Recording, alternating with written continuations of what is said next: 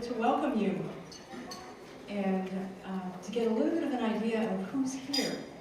How many people are here but you're not actually part of the Meaningful Play Conference? You're part of the general public. Go ahead and stand up. Meaningful Play welcomes you. We're very glad you're here. And how many people are here for the Meaningful Play Conference? Stand up. Hey, ooh, welcome to you. So some of you have crossed the ocean, some of you have crossed the continent. All of you have found your way to this little spot in the Kellogg Center, and that's an achievement in of itself. So welcome, we're so glad you're here. And I was absolutely delighted when Lisa agreed to give this talk.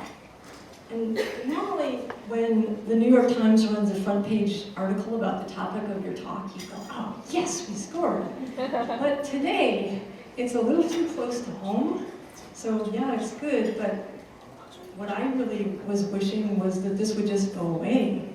And I imagine some of the rest of you were wishing that too.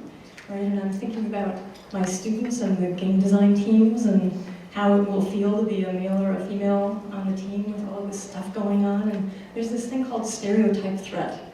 And that's when you're a green alien with a bunch of purple aliens.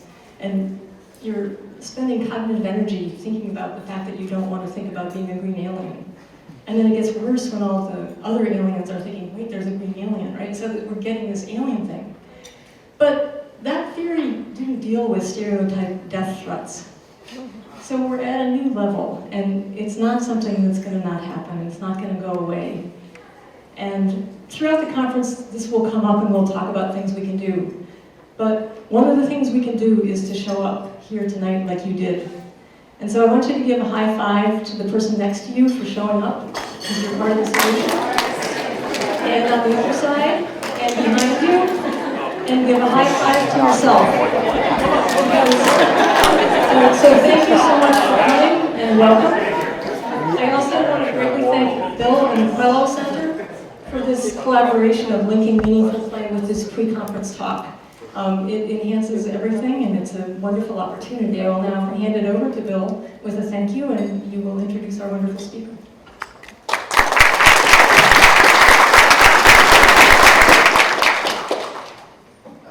For those of you who don't know Professor Heeter, that's Carrie Heeter, and most everyone does, but just in case. I want to thank Carrie and her colleagues who organized the Meaningful Play Conference for letting us collaborate with the Quello Center and holding the Quello lecture in collaboration with you. It's just really a nice addition, and you're the perfect audience for what we're going to hear today. It's going to be, if you have friends who couldn't come, we will be webcasting. Not webcasting, but we will have a video of this, which will be edited and it will be up online in a while. And also, there is a Twitter hashtag, Quello Center Lecture 2014, which is QCL14. If I don't think anybody in Michigan tweets, but I think I'm the only one in Michigan tweeting and sometimes. But anyway. But if you wish to tweet this event, I hope you do. I'm Bill Dutton. I'm director of the Quello Center, and I'm a newbie here. The founding director is here, Steve Wildman. I'm not sure where he's sitting, but anyway, Steve, I'm following in his digital footprints, trying to move the Quello Center along. And the Quello lecture is one thing every year at the Quello Center. We've had this lecture. Many of you in the Meaningful Games group don't have any idea who James Quello was, who the Quello Center is founded in his name, and there's no reason why you would. Many of you are much younger than he, and also he was in the FCC, the Federal Communications Commission. He was a broadcaster for years, and then moved to the FCC and spent over 2 decades in the FCC. He's one of the longest serving members in the FCC. And in fact, he often wrote about the fact that when he started at the FCC, they had 3 channels of television broadcasting. And so By the time he left, it was hundreds of channels, but he wouldn't, I can't imagine him imagining what is available today. He was a champion for freedom of expression, and also that he was always struggling with balancing this with other issues like child protection and so forth. So in broadcasting, he kept upholding the right of broadcasters to broadcast what they felt professionally obliged to broadcast. And he was also enthusiastic about the communications revolution. Even though he was a broadcaster and everybody thinks his feet are planted and he's anti-internet or anti-anything, if you read his stuff, he was really fascinated by the pace of change in technology. And so, I mean, when I thought about today's lecture, I can't, even though, the center has a nice endowment thanks to James Quello and his friends, they actually held it. If he were alive today, he'd be 100 years old, and they held a birthday party in his absence this summer, and to celebrate his 100th year, and because he invited many people to his 100th year anniversary. But I kept thinking, well, what would he think of this lecture if he were here? And I think, first of all, he would be very surprised, I think, that the game industry and games are as huge as they are as an industry compared to broadcasting or film or most of the other industries. I think very few people in earlier decades could have imagined the pace and scale of the gaming industry and as it's become. I think he would have been shocked by the issues that have come up in the New York Times and in the gaming communities of late. But I think he would have immediately understood and supported the idea of balancing competing values of freedom of expression, privacy, and accountability. Those are the kinds of things he liked to struggle with as a commissioner. So even in a different era and a different media and so forth, I think he would have very much wanted to be here. The plan for the day is Lisa's going to talk for about 30 minutes. We'll have 2 short responses from Dutton and Mia Consalvo, and then we'll open it up for questions, comments, so forth, and at about 8 o'clock we'll adjourn and for more informal discussion, and there will be a drinks reception. And I'm glad a lot of people were able to meet for the reception before the event. The order of speaking will be Lisa, of course, and then we'll have Robbie and then Mia. Let me introduce them now, and then I won't be getting up and down to introduce them later. I'll start with the respondents. Mia Consalvo is Canada Chair in Game Studies and Design at Concordia University. And she's in the Department of Communication. She'll be a keynoter at tomorrow's conference. I don't know whether it's tomorrow or the next day that you'll be. Tomorrow you'll be speaking as a keynoter. Thank you for coming, Mia. And then we have MSU's own Professor Robbie Dutton, and he is an assistant professor and also an AT&T scholar here in the Department of Media and Information. And he's also affiliated with our College of Education here at MSU. And his work focuses on the psychological aspects of media use, and particularly in the video game environment. So I think his work really puts him in a good position to address the topics today. And then Professor Lisa Nakamura. Lisa is a chaired professor in 2 departments at the University of Michigan. The American Cultures and the Screens Arts Department. She recently wrote a really engaging, really important chapter in a book I did with Mark Graham, an edited book called Society and the Internet, and it was called, I think, Race and Gender Online, and it was... You know why I invited Lisa, but knowing of what her work is about and her work, and also when I understood that we were going to align the Quello lecture with this conference and the Meaningful Play Conference. I just couldn't think of she came immediately to mind. I couldn't think of a better person to bring here who both fit the aims and objectives of the Quello Center to deal with issues of policy and practice related to communication, but also to bring in additionality to the Meaningful Play Conference. And so with that, I want to welcome Lisa.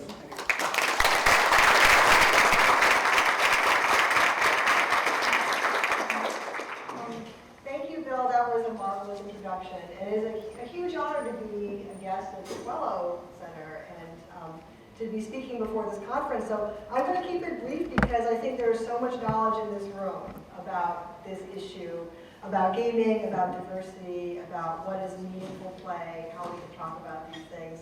And I'm thrilled to have Mia and Robbie as respondents because we've kind of been traveling in the same circles. And I'm going to be talking about Mia's work quite a bit because her work in feminism, sexism, and gaming is really kind of been an important thread in this conversation. And in process, long before the current controversy around threatening and silencing of women gamers and game critics has really come to a head this last 2 months. So I want to start out by talking about the current situation in regards to sexism, racism, and gaming. And I'm going to do that by talking about something that seems a little off-road, which is Tumblr. So what's the link between Tumblr and video game culture? You could say in some ways these things are opposites. Video game culture is often represented as the smoking car of digital media. It's the place where people go to offend each other, but really no one wants them in their car, right? On the other hand, I think Tumblr has a reputation as being sanctimonious, very, very dominated by women, people who are concerned with diversity, in some ways opposite. But I'm going to be talking about how Tumblr has been a platform for people of color, feminists, people who really want to critique gaming culture, to reach a broader audience, and in many ways to use Tumblr to harken back to an earlier community of women of color feminists, and to connect them to that lineage. So I think that's really important. So this is a screenshot from Deadspin, which is a website that's kind of been covering this. And I liked it because it talks about how Gamergate, which is what's been called this moment where we have a lot of threatening and anger around feminists trying to invade gaming culture, is really not just about games. It's really about the return of the culture wars, which some of us remember from the 80s, where there was a strong backlash against feminism, social justice movements.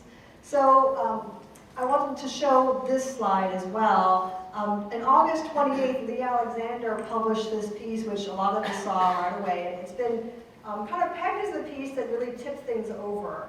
Because the title, Gamers Don't Have to Be Your Audience, Gamers Are Over, was interpreted by a lot of people as a genocidal rhetorical move that intended to try to eradicate identities that many people were very invested in and had defended and tried to reclaim for many, many years.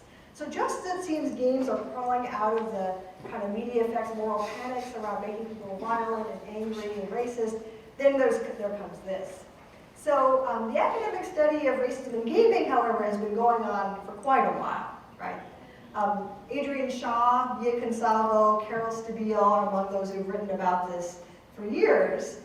2 years ago, Mia Consalvo published a piece which has become a classic in a journal called ADA, Journal of Gender and New Media. So it looks like this. So this was 2012, I believe. And I think it's a brilliant piece. I've taught it many times. And I was interested that the keynote she's giving tomorrow is called Computer Game Studies Moving Forward, ? So I'm going to be talking about that question tonight.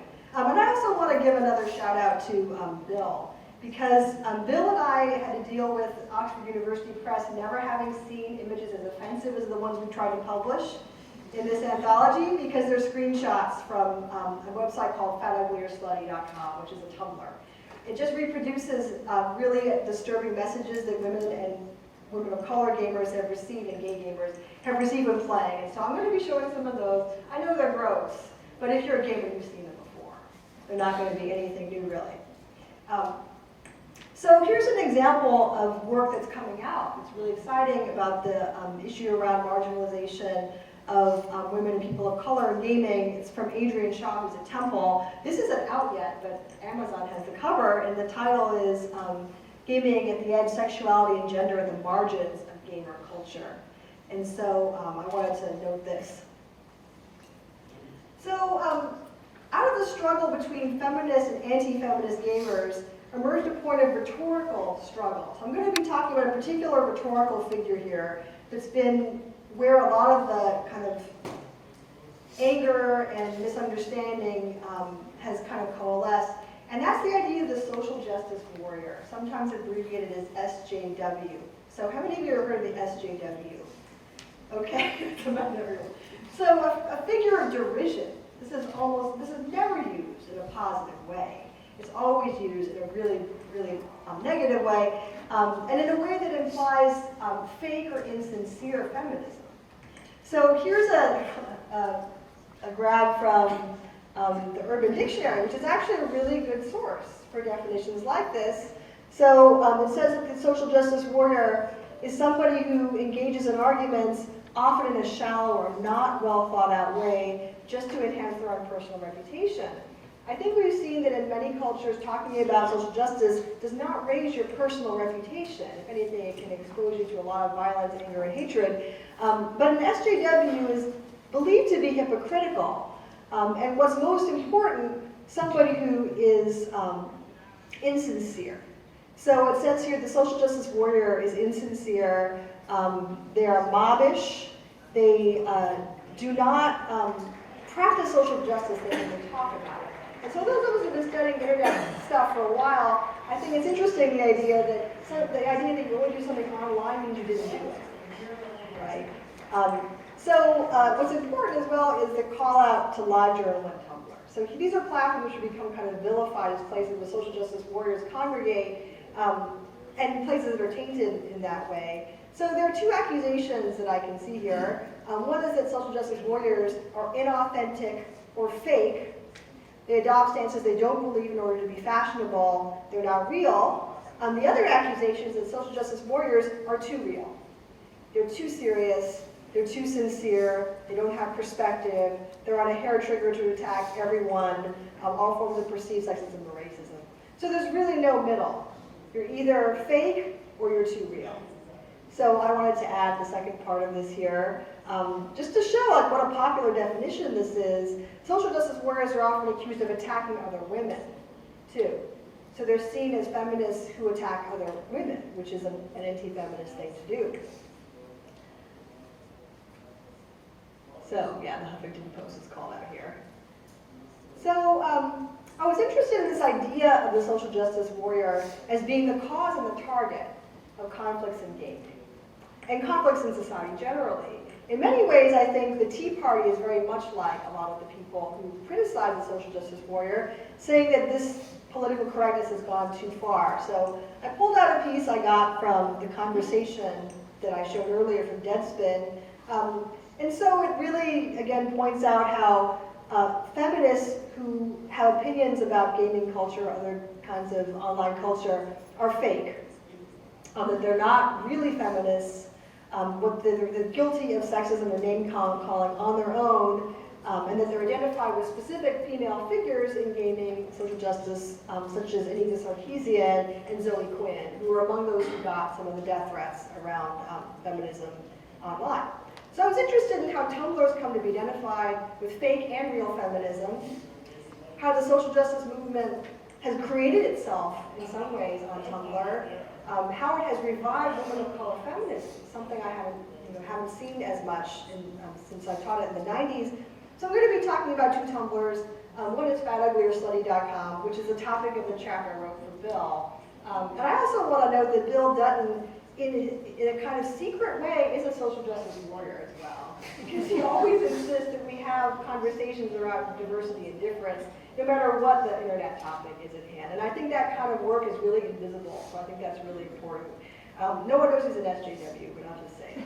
So I'm going to be talking about Fatugly Study, and there's a lot of other sites like that. So there's Modern Mother's Gamer, not in the kitchen anymore, the Hathor legacy, and so on.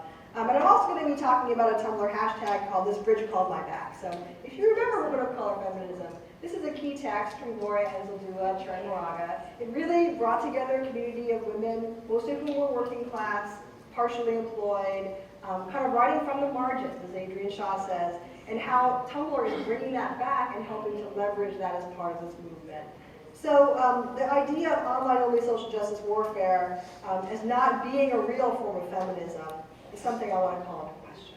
Right? I think a lot of feminism and other social justice movements are happening online. The fact they are doesn't mean they're not real. Okay, so here's a screen grab from baduglierstudy.com. It's a Tumblr that saw some positive press in Gama Sutra and other places. And the idea is that it brings together incidents that have really happened to women. Some of it is video, some of it is audio, some of it is just screen grabs of messages that women have gotten while playing video games. So I use it as evidence to say that this culture is really pervasive and that women can create campaigns using things like Tumblr to bring these things to light and also to criticize them in the language of this culture, which often is the language of making fun, right, kind of calling out. And so these are funny messages. When you see them, they often don't make a whole lot of sense.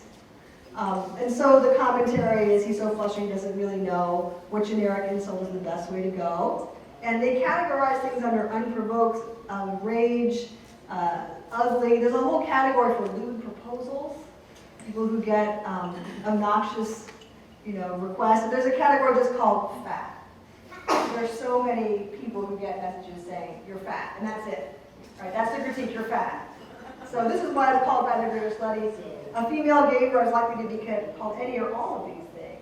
And so these kind of fall into this category. And here's another one, which is kind of interesting because it just covers every base. Just goes everywhere. Right? This kind of threat is kind of funny because it's just so undifferentiated, posted in unprovoked rage. And one of the controversial things about this site is that it lists people's real gamer tags. So it's not a real name, it's a pseudonym, but these are still pseudonyms that people use over time and that could expose them to ridicule or at least to being avoided in spaces.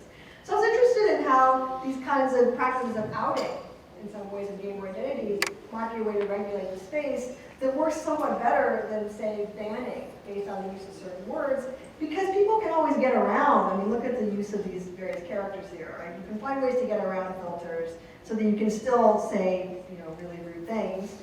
A question I've often gotten from my students is, well, of course these are games that produce aggression. If you play shooter games with somebody, they're going to get angry. It doesn't mean they really think or believe any of these things. That's just natural. And so I found a screen grab from someone who had been playing, this is from Baduglier's study, who had been playing on Words with Friends, and this is what they got as their Words with Friends, Words with Friends game. So, I don't think we can say that it's just aggression having to do with shooter games, right? I mean, people have gotten these messages playing all kinds of things. So Words with Friends is about as innocuous as you can get, really. There's another one I had, but it was too gross to show. So I think you'll remember this one, it was sent right back. Can't use that one. So I'm going to talk now about how Tumblr has been used to bring together social justice movements and how this isn't a new term. So some people hear social justice warrior, they think that just happened yesterday, right? But no, there's a long history of activism in and around social justice that comes from women of color feminism and that has found its place in Tumblr, and that's really part of the campaign oftentimes to get things done in the real world. So Baduglier's study is an attempt to change the real world culture of gaming. It's not incredibly well known, but these kinds of sites which invite users to upload their own contributions and document this, I think have a lot of traction with students like mine who say, well, I want to know what real people think, not what academics think. There's a website called microaggressions.com, which is also very good because it invites anyone to add an example of a microaggression or really problematic behavior that they witnessed or that they wanted to talk about. So Tumblr is also host to lots of, as I said, this movement of social justice. And it's coalescing partly around issues like the republication of out-of-print books. So, well, that's kind of far afield. I'll knit it together at the end. So this is an example of a search I did looking for This Bridge Called My Back, which is a book that's absolutely canonical in the world of social justice, in the world of women of color feminism, but it's also out of print, which is amazing. The current price for this book on Amazon is $55. The hardback is $125, and I've owned this book forever, so I was really surprised, well, I can make some money, but no, I will not sell this book. And so I was interested in the fandom that's coalesced around this, and the way that Tumblr users are distributing free PDFs of the book in Spanish and English to kind of fill the gap now that it's no longer available really in paper form. So I was interested in the fandom around this. Here's a picture of a woman posing with her copy saying, look what came in the mail, I'm screaming. Here's some fan art that shows a picture of some really key canonical texts in this Woman of Color Feminism as a gift. And she says, I am in all my feels. So enjoy and feeling this. And here's another one. It's an interesting genre, this kind of trophy of artifacts around social justice. So here's someone who's got a copy, a physical copy of This Bridge Called My Back. She says, I got lucky. It's a beautiful copy. Most of them are so beat up. And she recommends using independent bookstores. Here's another one with someone posing. A lot of these are in people's bedrooms. I think they're in dorms or high school, I'm not sure. Here's another one. So the trophy, I have this book. These all were from this year, they're not old. The book that Enzo Duo once held and signed so long ago. And here's another one, The Essential Works on Feminism of Color. Now that it's out of print, this may be the most valuable, monetarily and otherwise, book that I own.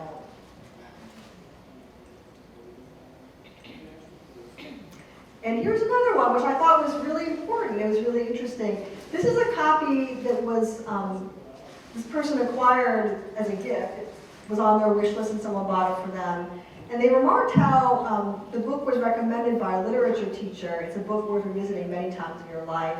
And she said, I've been wanting this for 2 semesters now, I am crying, question mark. So there's a lot of emotion around this book. Part of what this book did was to bring together a community of people who were working out from all parts of the kind of intersectional spectrum.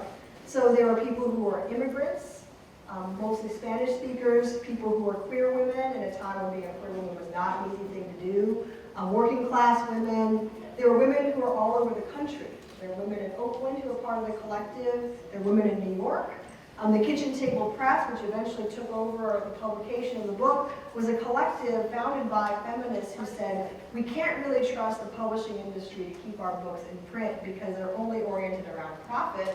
We need to create our own means of production so we can get our message out there because there really isn't any reason for capitalism to want our message to be out there, right? It's critical of them, and we need to make our own platform for getting the message out.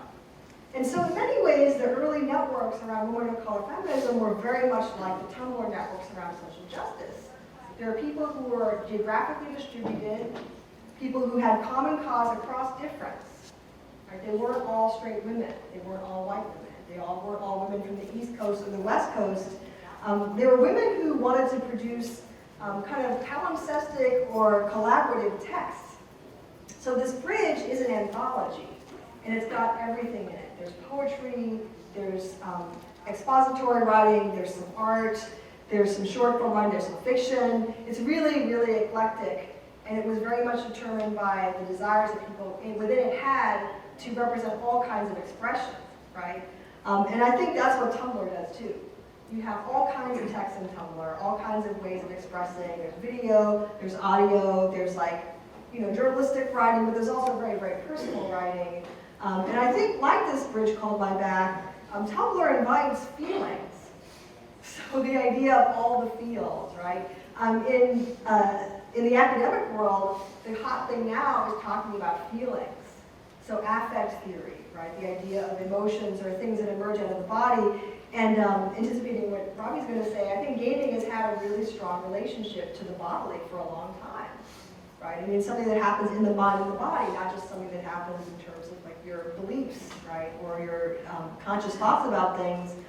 So I'm heartened by the social justice movement and kind of surprised often when people think this is something new because it's been around for a long time and in many ways has been brought back by the efforts of young feminists of color today who want to make sense of what's going on in dating and want to understand the misogyny they see around them in these supposedly democratic digital environments and are looking to models of how to do that. And the models they're finding are this very old book, which I think is marvelous because I love this book. So it's exciting to see how people are doing this kind of peer education or self-education stuff because this book isn't trendy at universities. It's really people who are fans who want to bring it back and who want to have a radical message of women of color feminism in their lives in and around social media. So I'm going to stop now because I really want to hear from the respondents and from everybody in the room around these things. So thank you very much. And if you want any of the articles that I've written, you can get these. So you should buy that book too.